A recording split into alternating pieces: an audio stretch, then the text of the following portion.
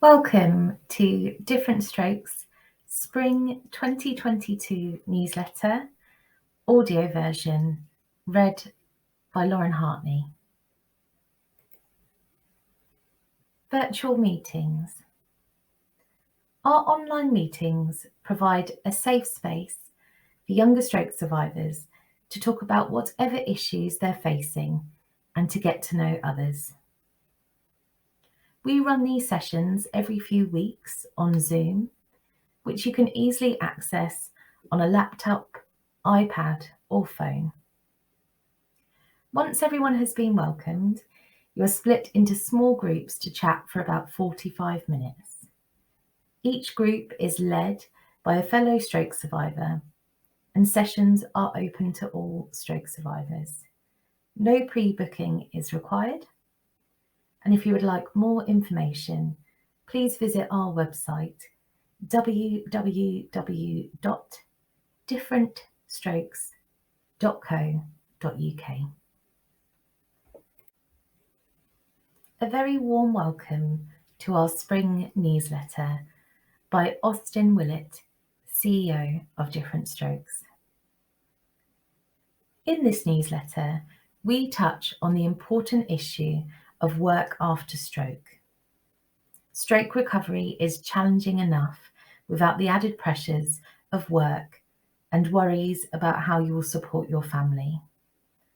My thanks go to Kath Wood for providing such useful advice for those facing these challenges right now.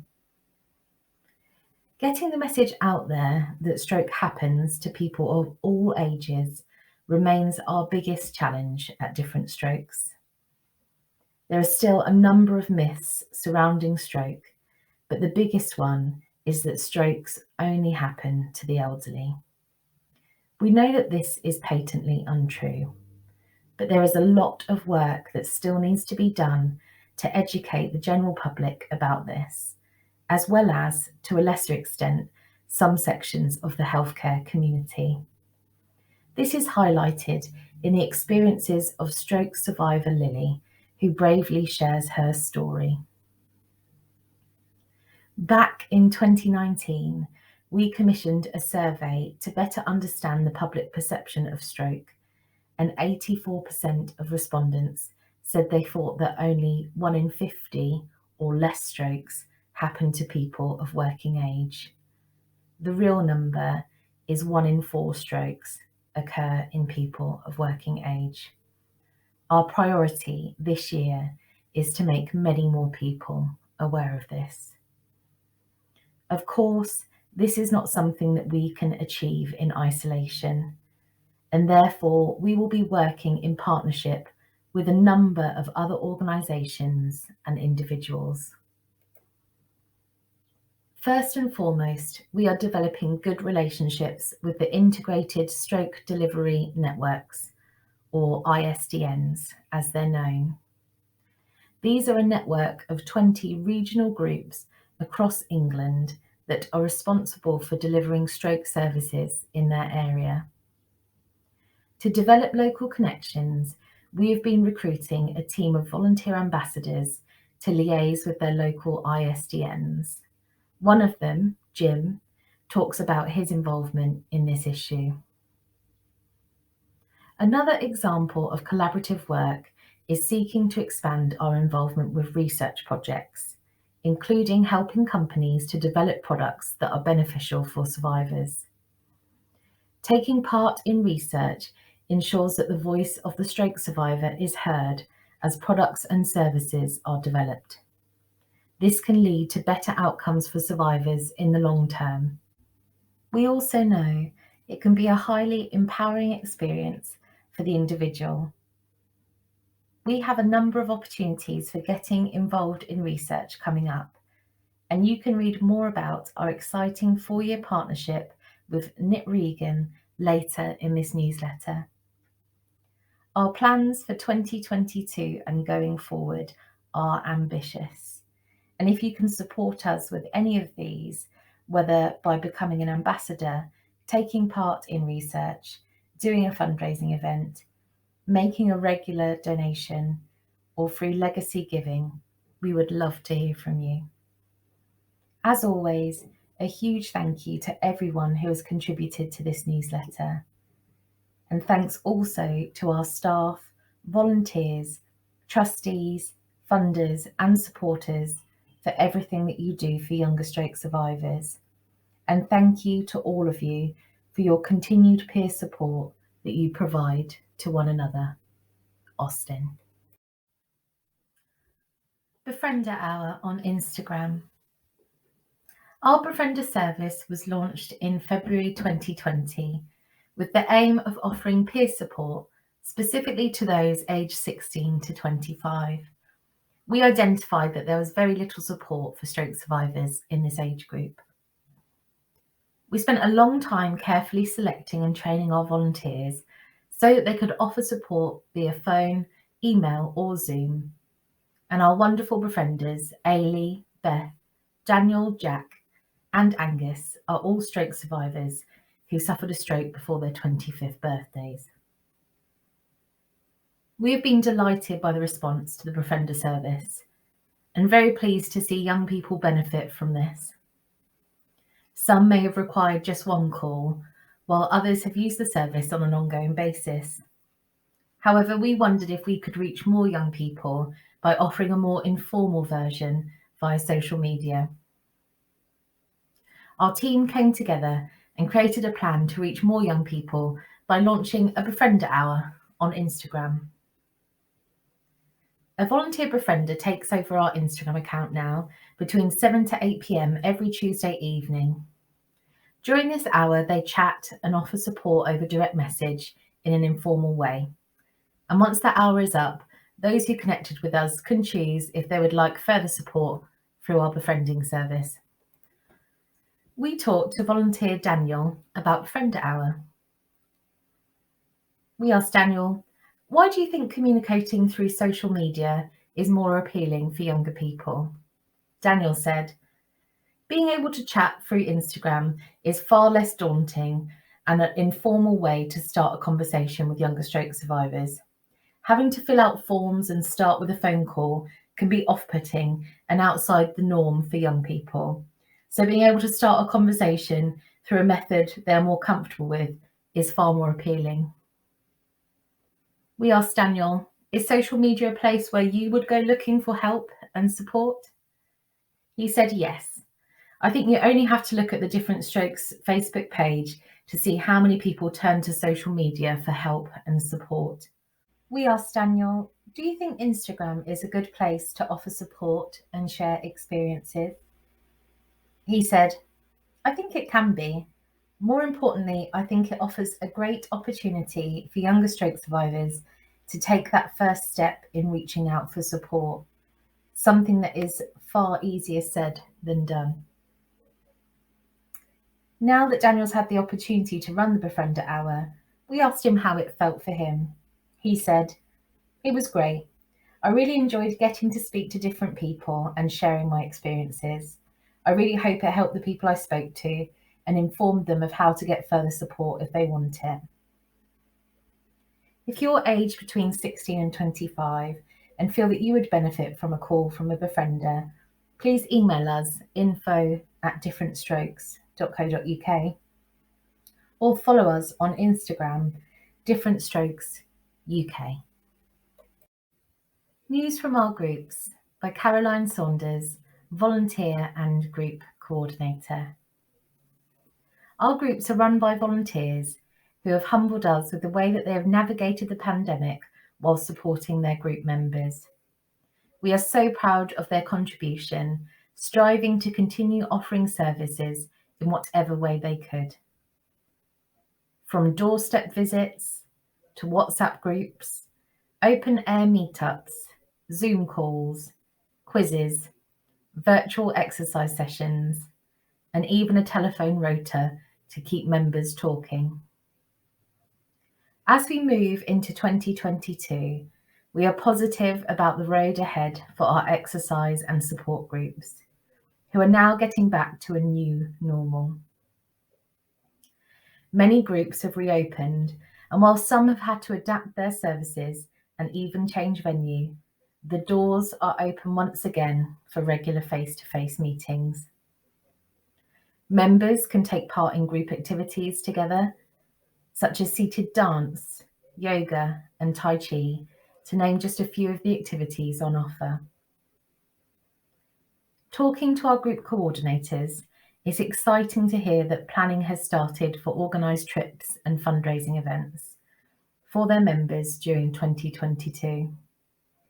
As well as existing members returning to face-to-face meetings, new members are joining as well. There have also been several inquiries about opening new groups this year.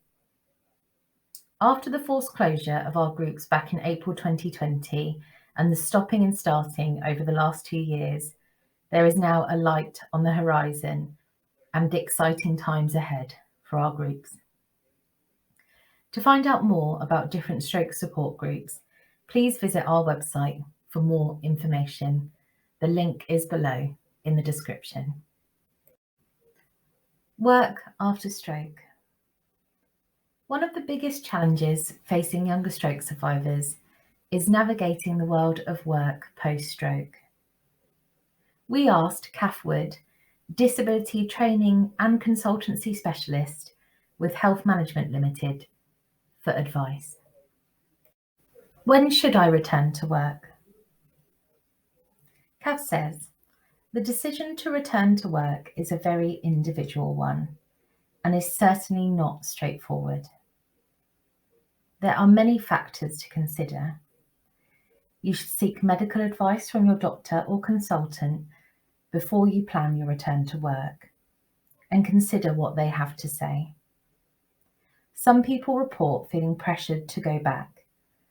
Others may feel they are being held back. Listen to the advice, but also remember you know your own capabilities better than anyone. The most important element to consider is, are you ready and how do you feel both mentally and physically? Work can boost your recovery, but it will be demanding too. What should be considered when returning to an existing job? Kath says, hopefully during your absence, you have been in regular contact with your employer, although in reality, this is not always the case. When you are ready to discuss returning, there should be a meeting to discuss it. This may be called a return to work interview or something else.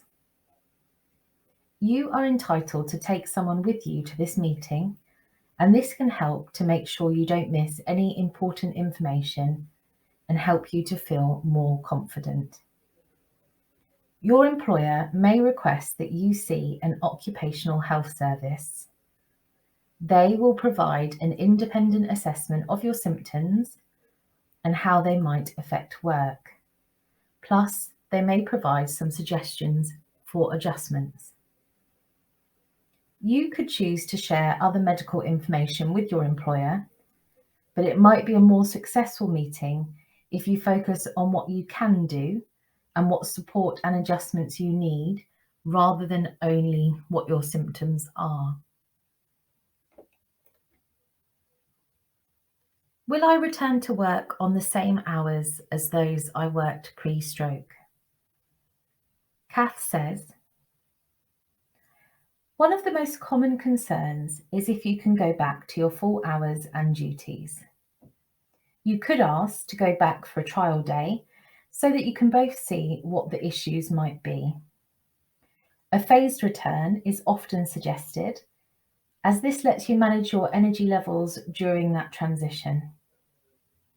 This should be over at least a 4-week period, and it should be as gradual as you can make it and include a weekly review.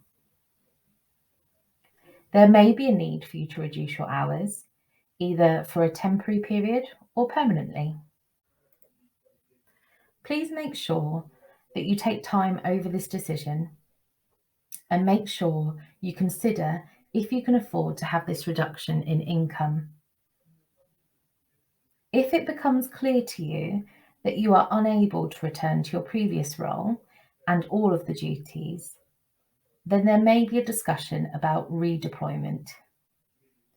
This is a decision not to be rushed, and there may need to be some negotiation, shadowing, or a trial period involved before you make a final decision. What legal protections are there? CAF says, under the Equality Act, an employer must offer workplace adjustments to disabled employees. This term in law is reasonable adjustment. And what is classed as reasonable depends on the size of the business, the cost of the adjustments, and what has already been tried, how effective the adjustments will be, and how practical it is to make the adjustment.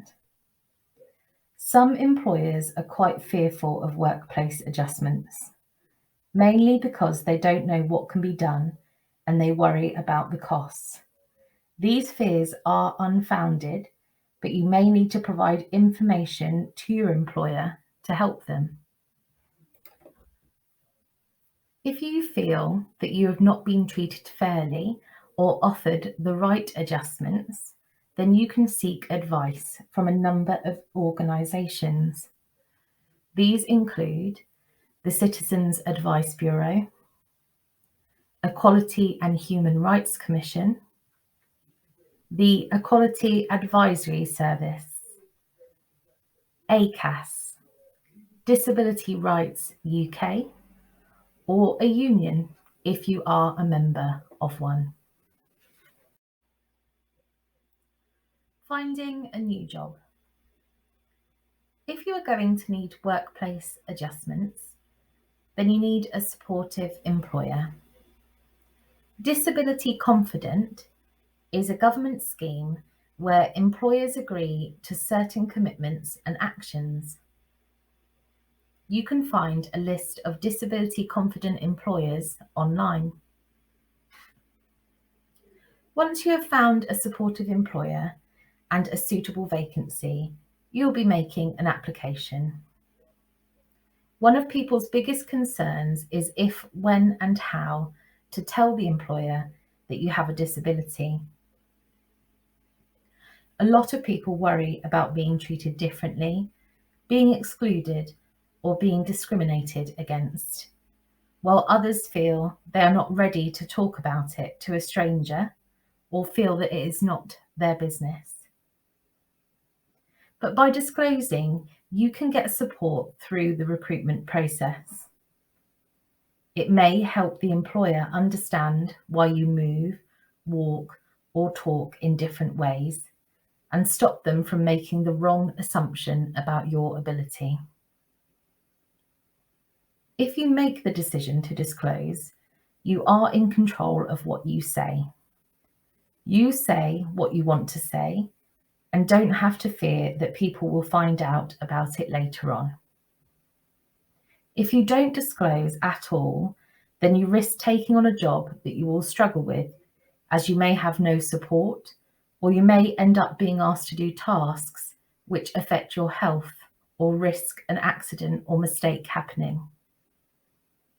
If people don't know about your symptoms, you may be wrongly perceived as lazy or incompetent if you are struggling. You are not required by law to disclose, but there are many advantages to being open from the start. When you are ready to disclose, plan what to say. Practice it with someone else. Make your disclosure positive about your strengths and the skills and what you have learnt from facing life after stroke. Highlight how your experiences have strengthened your skills and experience. Explain where and how that you might need support. Avoid giving them a list of symptoms, but be prepared to suggest reasonable adjustments. Emphasize your coping strategies and use positive language and talk about what you can do. Outline how you can undertake the essential role requirements. Andy's experience. Andy Watts was 41 and working as a car sales executive when he had a stroke in October 2018.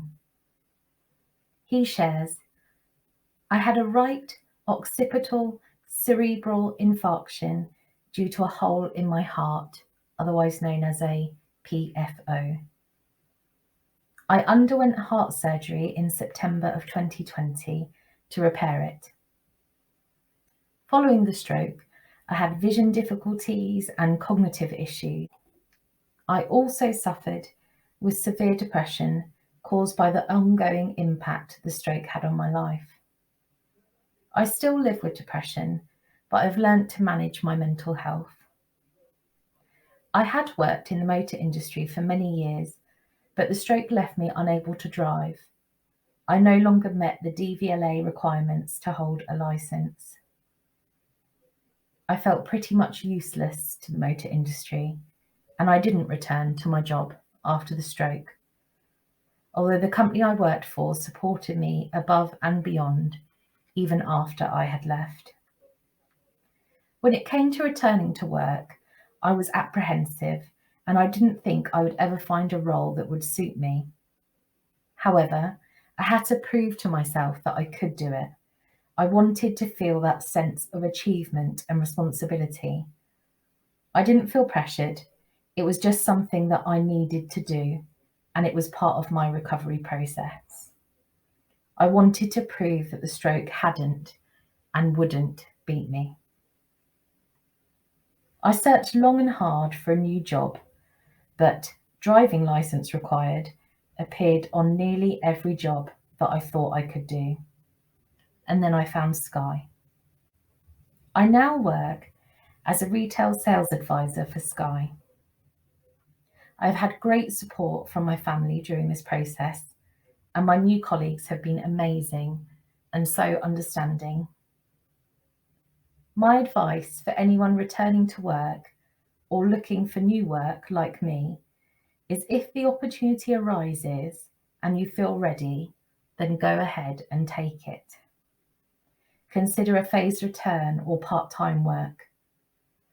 Ultimately, everyone is going to be different, but make sure that you don't feel limited in your abilities and don't restrict yourself or underestimate what you can do because you've had a stroke.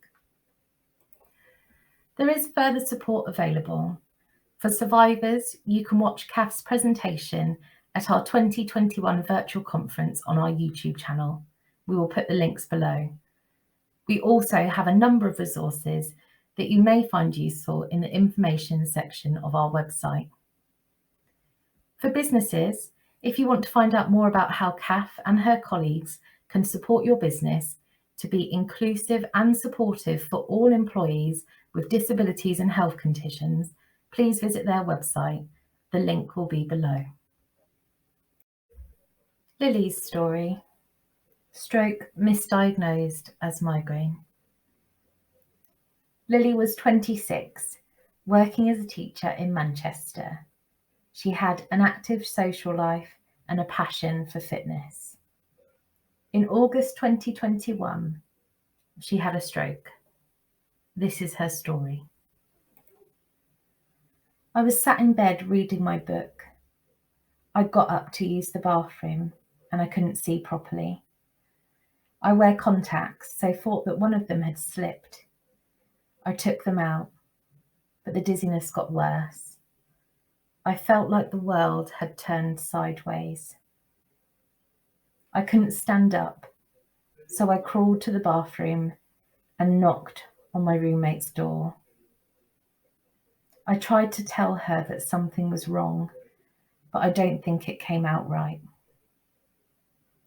She rang 111 and we waited for the ambulance. It felt like a long time. I couldn't sit up straight and I was talking nonsense. It was like word vomit.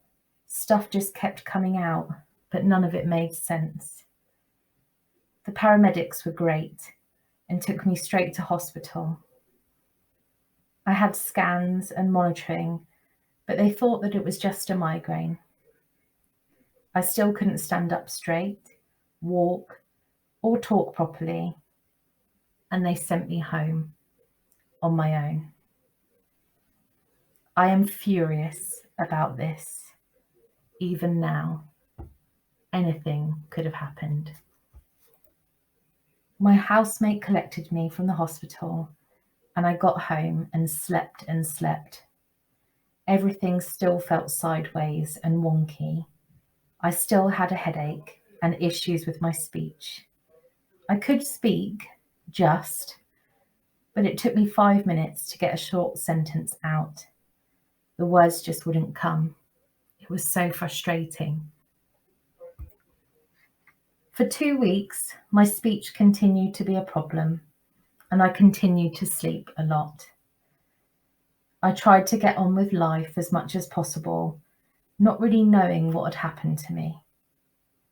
I continued to drive, even driving from Manchester to Leeds to be nearer to my family. Then a phone call came that made me realise how truly dangerous this was. A doctor called to tell me that he had looked at my MRI results and that he was sorry to tell me that it wasn't a migraine that I'd had, it was a stroke. I was alone when I took the call, not sure what to do and not given any next steps. I have been lucky with my recovery. I haven't had any lasting physical disabilities, and my speech came back over time. But the neuro fatigue has been awful. It's taken away everything that I love. My work, my hobbies, my social life. My interactions with the hospital have been severely lacking, with quick 10-minute phone consultations. I feel like there has been such a lack of communication and clarity, despite me telling them that I have memory issues.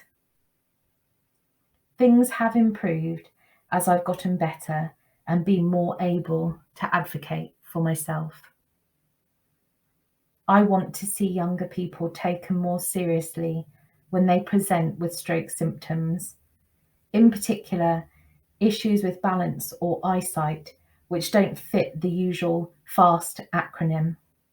I'm a big advocate for changing this to BFAST to include them. BFAST is a suggested amendment to the FAST acronym. It includes B for balance issues, E for eyes, blurred vision, or vision disturbances, F for facial drooping, A for arm or leg weakness, S for speech slurring, and T for time. Anyone demonstrating the following symptoms should call 999 quickly, or if you're with someone who is displaying any of these symptoms, call 999 quickly.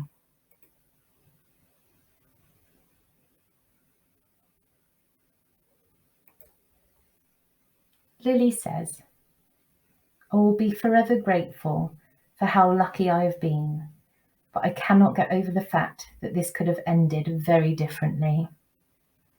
I was alone in a city, far from family and friends, with symptoms that meant I couldn't understand what was happening, and they sent me away.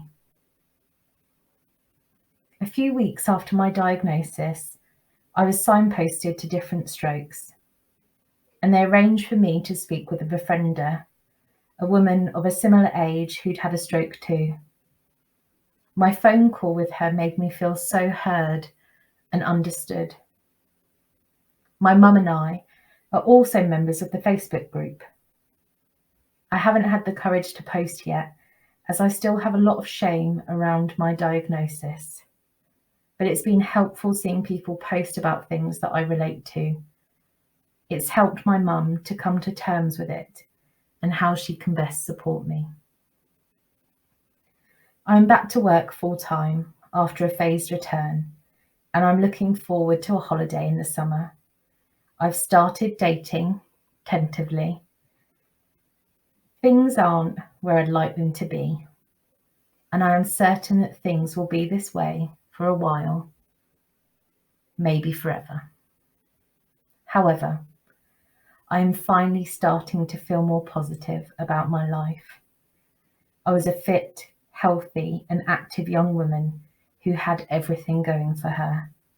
I feel a huge sadness for the person that I have lost, but I am starting to feel a new appreciation for this new person that I am post-stroke.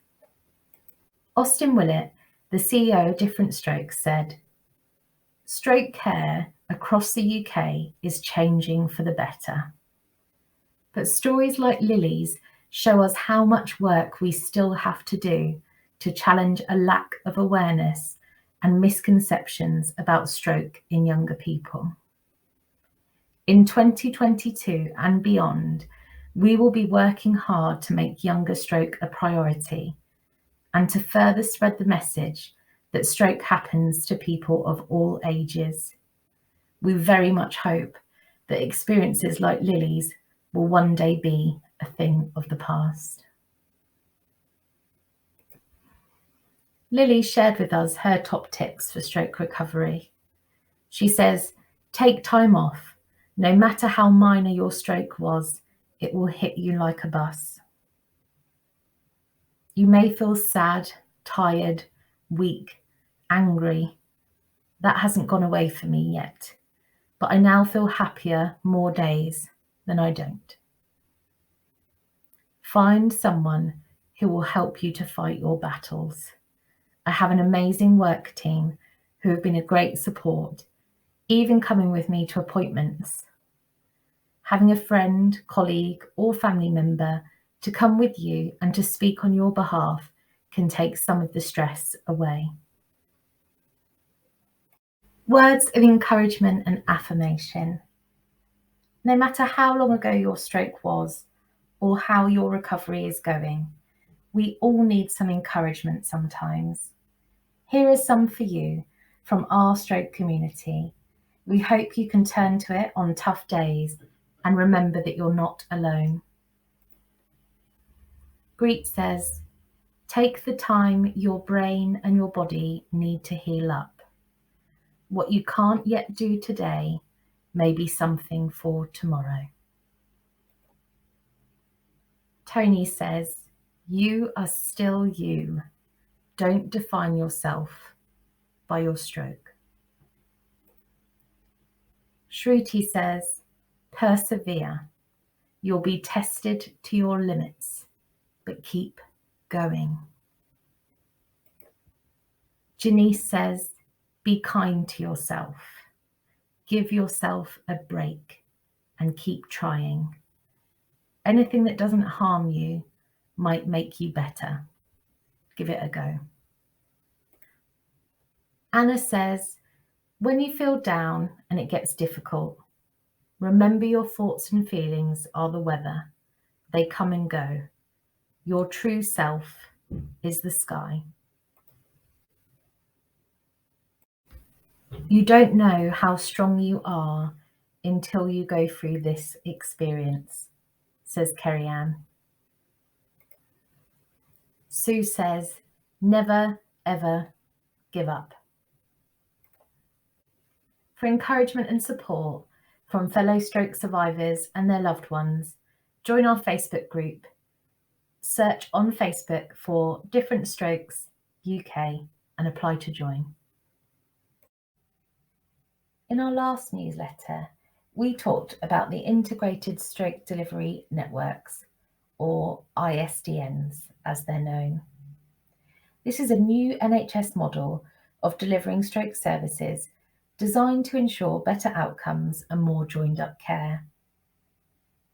In recent months, we've been recruiting a network of volunteer ambassadors of Different Strokes to work closely with the 20 ISDNs across England. These volunteers will be part of public and patient involvement panels, ensuring that the voice of stroke survivors and their carers is heard. So far, we have been in touch with 17 of the 20 ISDNs in England. Here, we speak with Jim, an ambassador in the North Midlands, about his background, what inspired his involvement with Different Strokes, and his future work with his local ISDN. Jim shares, early in January 1978, I left my wife, Maureen, a nurse, at home and went off to work, just like any other day. Around mid-morning, her boss called, saying that I needed to go home urgently as she wasn't well and our GP was on their way. I rushed home to find an ambulance had arrived to take Maureen to Kettering General Hospital. By that same evening, Maureen's condition had deteriorated and she was suffering with fits, so she was dashed to the neuro unit at the then London Middlesex Hospital. Maureen was unresponsive and in a coma for 4 weeks in the early stages of pregnancy. Her pregnancy was only confirmed on the day of her stroke, and I was asked whether this pregnancy should continue. This was the hardest decision to make, but I decided that it should continue, and we were blessed with our son, who now has children of his own. Whilst in the Middlesex Hospital, the prognosis improved for Maureen. She would survive, but she would be significantly disabled. I became my wife's carer, with only the support of a peripatetic foster parent, whilst our son was still a baby. I continued working, and the foster parent would continue to come to the house whilst I was at work, but they would leave as soon as I arrived home, and I continued caring for both my wife and son, whilst also managing to work full-time. Over time, Maureen recovered, and she had reasonable speech that our son and I could understand, but other people often struggled. Maureen did manage to walk, but she was weak on one side, and sadly her career ended. In addition, her personality completely changed, which made our relationship tough. Sadly, once our son was an adult, my relationship with Maureen ended. We stayed close, but unable to live on her own, Maureen moved to a care home where she stayed until she passed away 5 years ago. In my work, I've been a program manager in telecommunications and ran my own consultancy firm. After retiring from telecoms at age 50, I went back to university to read law, which led to a master's, a doctorate, and becoming an associate professor of law, as well as volunteering with Rotary and as a magistrate. I can't remember how I connected with Different Strokes, as it was so many years ago, but my involvement with Rotary and my role as national lead with its junior wing, Rotaract, made me want to get involved with something as an ongoing service package. I have a passion for supporting stroke survivors, so it felt natural to set the objective to develop and support a self-help group for stroke. I worked with volunteers, Kat Fortnam and Nick Roberts, and started the Different Strokes Market Harbour support group, which has evolved and is still run today by Kat. After relocating to the West Midlands, I could no longer support the Market Harbour group. When Different Strokes started recruiting ambassadors, it was the perfect opportunity to continue my relationship with the charity and be part of improving services for stroke survivors and their carers. I feel that often carers don't have a voice because they're just so exhausted or isolated. I want to champion stroke survivors and their carers so they are heard, from the first responder to whatever the outcome will be. I want to support improvement in the messages and services that are there. Heidi Preston, who is the North Midlands ISDN manager, commented, "The National Stroke Service model states that local systems should ensure the decisions about stroke services involve people affected by stroke as per best practice. Service change should be done with, not to, those potentially impacted. People affected by and at risk of stroke should be represented in the governance arrangements of ISDNs from the outset, and there should be a partnership with people affected by stroke at all levels of the local system. At North Midlands ISDN, we aim to embed patient and carer involvement in the heart of the work that we do. We are very much looking forward to working with Jim and Different Strokes in the coming year and beyond. Taking part in research. Research benefits all stroke survivors in the long run, and by taking part in it, you are bringing the stroke survivor's voice into the development of products and services. We're collaborating on several new research projects, including the creation of a suite of fun, motivating games that use brain signals to navigate virtual reality, with a particular focus on upper limb rehabilitation. The company designing this were very keen to get a thorough understanding of what would most benefit stroke survivors when developing their product, so we were very happy to source a group of survivors to give detailed feedback. We are also very pleased to be working with Knit Regan, supporting their project, Power Bead Garments to support upper limb rehabilitation. We asked Laura Salisbury, founder and CEO of Knit Regan, to tell us more. Laura, what does the project entail? Laura says, this project is exploring the benefits of a new technology to help survivors with loss of movement in their arm to regain movement. The technology is a bead that is stitched into the sleeve of a garment which delivers timed impulses or taps to modify muscle response. We can either activate or suppress muscle activity and help people to regain movement during the day. The technology aims to boost recovery and enhance gains made from other forms of rehabilitation.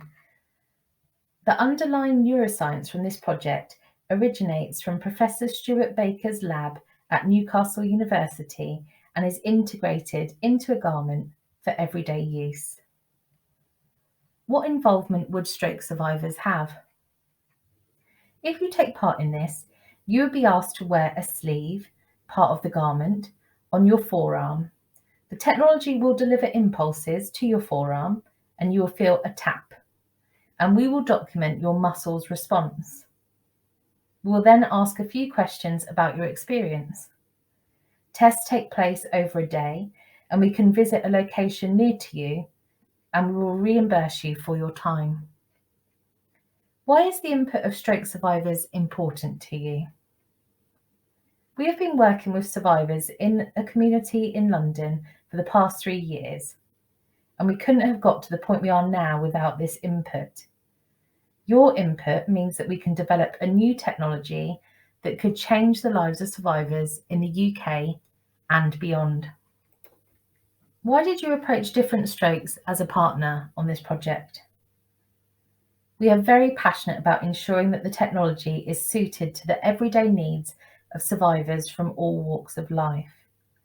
Different Strokes is well known for supporting young stroke survivors across the UK and a fantastic community full of diverse people who we would love to work with. What do you hope to achieve? We hope to achieve better understanding the benefits of the technology so we can support survivors to regain lost movement in their arm.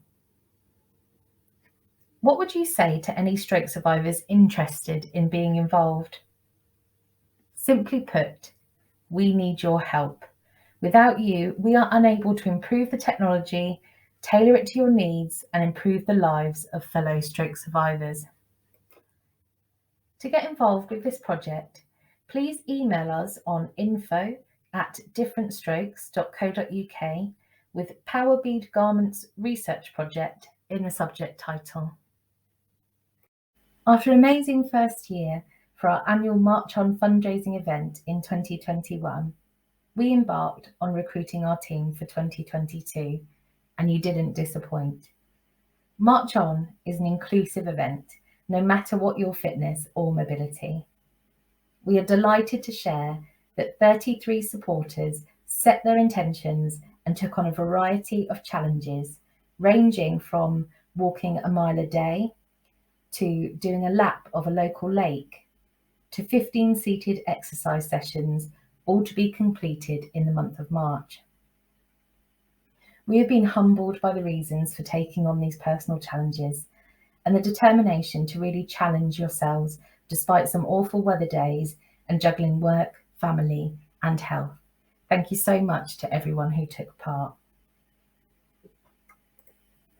Naomi Chastin took on the Different Strokes March On Challenge this year after suffering a stroke aged 37 in March 2021. She says, "Progress has been very slow and not always linear.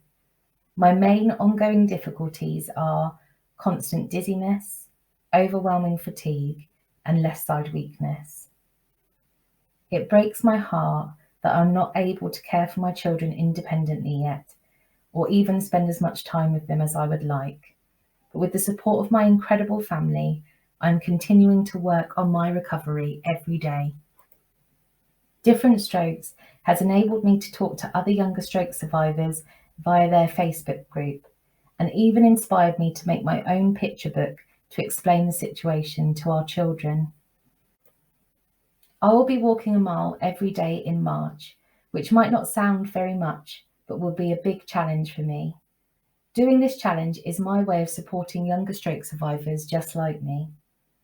I've been completely overwhelmed by the generosity of friends, colleagues, and family who have donated, and I'm so incredibly pleased to have raised over £3,300, which is nearly 20 times my original target." Chloe Mayhew had a stroke in April 2020, 3 weeks after her 26th birthday. She shares, "I had an ischemic stroke caused by a clot passing through a hole in my heart, blocking blood from passing through to an area on the left side of my brain. The injury caused weakness and loss of coordination on the right side of my body, facial drooping, inability to swallow, and most significantly, aphasia. I've recovered really well, but I have long-lasting damage, which was caused by the prolonged misdiagnosis of the stroke as anxiety.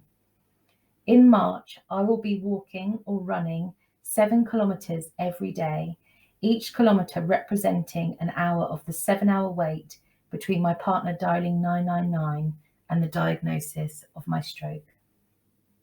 A huge thank you to Naomi, Chloe, and our magnificent March On team who have raised over £11,000 to support our services for younger stroke survivors. Different Strokes is proud of the progress made over the last few years to provide enhanced and new services for younger stroke survivors.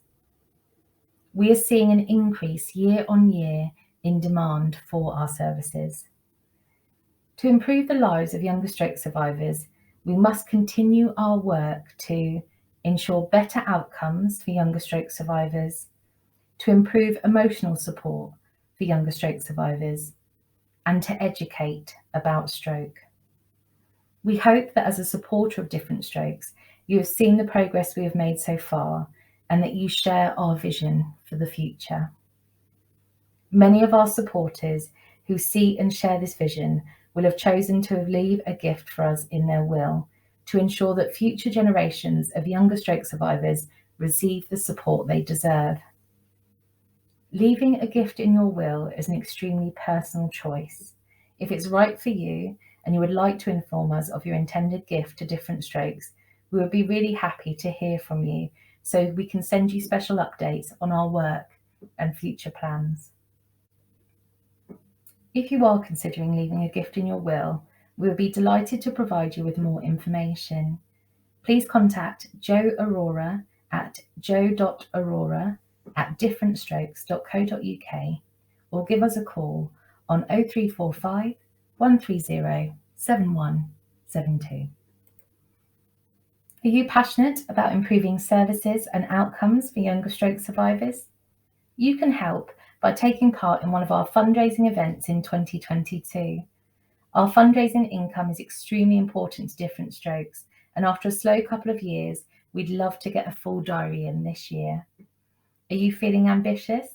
You could join our team for the Cotswold Way Ultra Challenge and choose from 25, 50 or 100 kilometres on the 25th and 26th of June. Got the running bug? Sign up to one of only 5 places in the London Marathon event's Big Half, due to take place on the 4th of September. Feeling brave? Come down to London on Sunday the 11th of September and abseil from the ArcelorMittal Orbit at Stratford Park. Not feeling sporty or brave at all? Then set up a fundraising event of your own. Host a quiz, have a coffee morning, or even shave your head. Anything truly goes. Our fundraising manager, Jo, is ready and waiting to support you with any fundraising event you would like to take part in or arrange this year. Drop her an email, Jo.aurora@differentstrokes.co.uk, or give us a call on 0345 130 7172. Dial option 2 to go through to fundraising. Good news for fans of our cozy hoodies and comfy t-shirts. All sizes are restocked in our signature style on our online shop. You can access this online at www.differentstrokeshop.co.uk. All proceeds help support our services for younger stroke survivors. So thank you to anyone who has purchased one so far. We couldn't leave this issue without saying thank you to our fantastic advertisers who made this issue possible. PhysioFunction provide hands-on therapy, rehabilitation technology, and exercise in clinic or at home with tele-rehab. Their stroke rehabilitation programs are always tailored exactly to your needs. Their clinics are based in the Midlands and their services vary by location. Give them a call on 0800 043 0327 and find out how they can help. Whether you've already booked your holiday or still dreaming about that well-earned getaway, head over to medicaltravelcompared.co.uk and start comparing. They compare prices from a wide range of travel insurance specialists in no time at all. No messy paperwork, no constant phone calls, and no stress. Head over to medicaltravelcompared.co.uk. Bring some serious fun to your daily training with Gripable.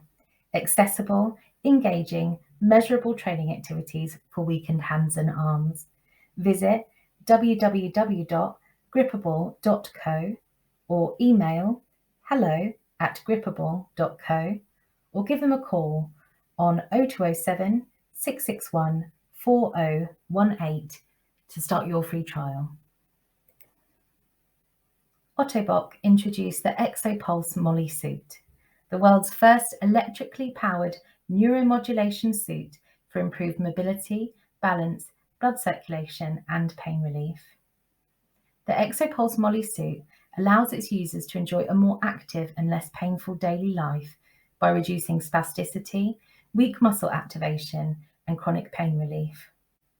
To inquire, please call 01784 744 900 or email bockuk@ottobock.com. Quote the reference DS0322.